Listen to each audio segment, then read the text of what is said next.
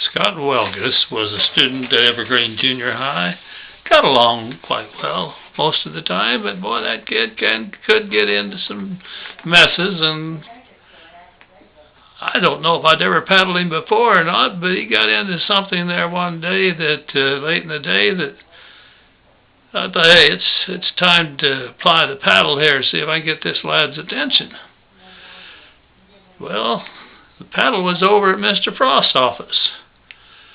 And when I called over to be sure it was over there, Scott said he'd go over and get it.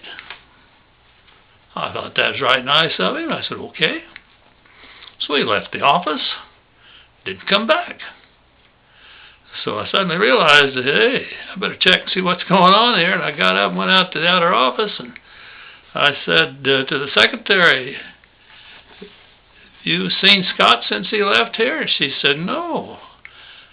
He looked pretty determined when he came out of your office, and I saw him go outside, heard him go outside, I guess, because she couldn't really see the door. But anyway," she said, "I looked out the window, and he took off running." "He what?" "He took off running," she said. "In fact, it didn't take him any time at all to get out to the highway, and that's a fair distance. And he was still running as he turned right and headed towards Evergreen." That was an alarming thought. The Welgus house was on the other side of the lake, and this was late enough in the spring. We'd had some warm weather. Good night, nurse, if he'd make the mistake of trying to cross over on that ice. I was immediately worried.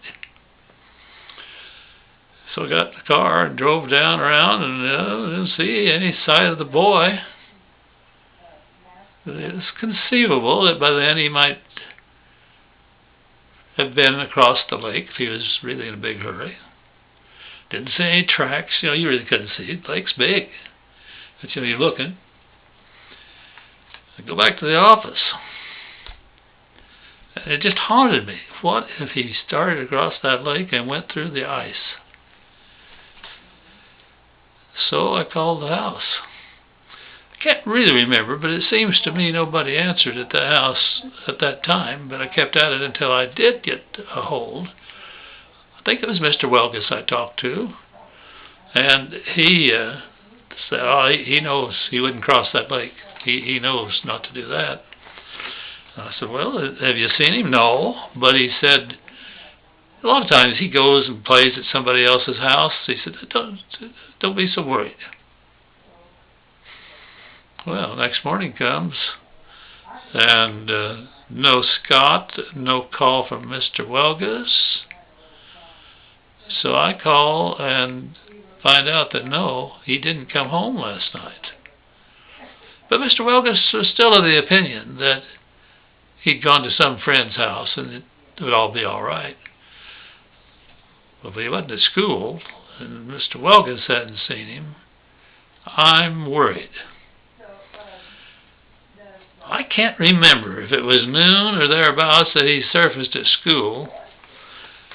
And of course, immediately he made contact with him, and what the heck, where were you, and why couldn't anybody find you? Because I'd really done a kind of a little search and alerted some other teachers and people to look for that boy the night before, and had checked with some of the ones that they said were his friends, and they didn't know anything. And Mr. Welgus, I'm sure he also went out and did some looking.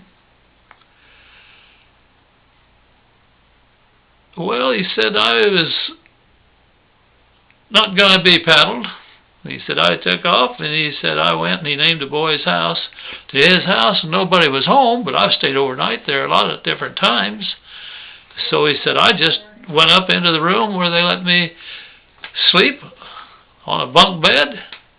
And he said, I crawled up there and went to sleep. Yeah, but that was in the afternoon. Yeah, he said, I slept, got up, got a little bite to eat, and didn't bother anybody. And he said, I went back up, and he said, I even slept late this morning. I'll always wonder about that story. But he looked perfectly all right. Boy, you talk about one relieved principal. I'll guarantee you I would never send another kid to go get the paddle that was going to be used on him. Because, the guilt feelings I was having about, oh my gosh, if he's lost his life in this situation, I don't know if I could live with myself. And I certainly think parents and so on would have been very, very unhappy with me.